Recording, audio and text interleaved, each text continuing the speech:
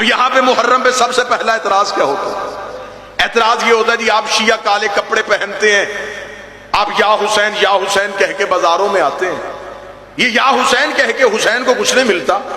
بہتر یہ ہے کہ اپنے بچوں کو سکھاؤ کہ گھروں میں بیٹھے نمازیں پڑھیں، کربلا والوں کو بخشیں، قرآن کی تلاوت کرو، حسین کے نام پہ بخشو۔ ماتم کرنے سے حسین کو کچھ نہیں ملتا۔ اس بندے کو میں پہلی تو اعتراض کی یہ دلیل کے ساتھ جواب دوں، قرآن ہمیشہ اسے پڑھ کے بخشا جاتا ہے جو مرنے کے بعد خود نہ پڑھ سکے۔ جو بندہ بول سکتا ہے جس کی مجبوری ہے وہ بے شک چپ رہے۔ قرآن اسے پڑھ کے بخشا جاتا ہے جو مرنے کے بعد خود نہ پڑھ سکے اور جو نیزے کی نوک پہ پڑھے۔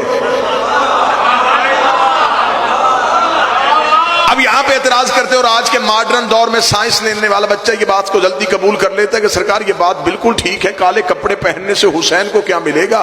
بہتر یہ ہے کہ بندہ باوضو ہو، لباس بدلے، غسل کرے، نمازیں پڑھے، تلاوت قرآن کرے اور کربلا کے شہداء کے نام پہ اصالے ثواب کر دے۔ اس حاجی صاحب سے میں یہ سوال کرنا چاہتا ہوں، اللہ کے گھر میں گئے تھے، پیسہ خرچ کر کے گئے تھے، وہاں پہ گئے، خدا سے پوچھا میرے اللہ کیا کریں؟ خدا نے کہا یہ پہاڑی ہے، اس کا نام صفا ہے، وہ پہاڑی ہے، اس کا نام مروہ ہے، یہاں دوڑ کے آؤ، یہاں دوڑ کے آؤ، یہاں دوڑ کے آؤ، یہاں دوڑ کے آؤ، یہاں دوڑ کے آؤ۔ وہاں پہ خدا سے کہہ دیتے میرے اللہ یہاں دوڑنے سے ابراہیم کو کیا ملے گا، یہاں دوڑنے سے اسماعیل کو کیا ملے گا؟ میرے اللہ ہم تیرے گھر پہ آئے ہیں، ہم قرآن پڑھ کے ابراہیم کو بخشتے ہیں، ہم نمازیں پڑھ کے ہاجرہ کو بخشتے ہیں، ہم تلاوت کر کے اسماعیل کو بخشتے ہیں۔ خدا نے کہا خبردار اگر میرے گھر پہ آئے ہو تمہیں وہ کرنا پڑے گا جو میں کہوں گا۔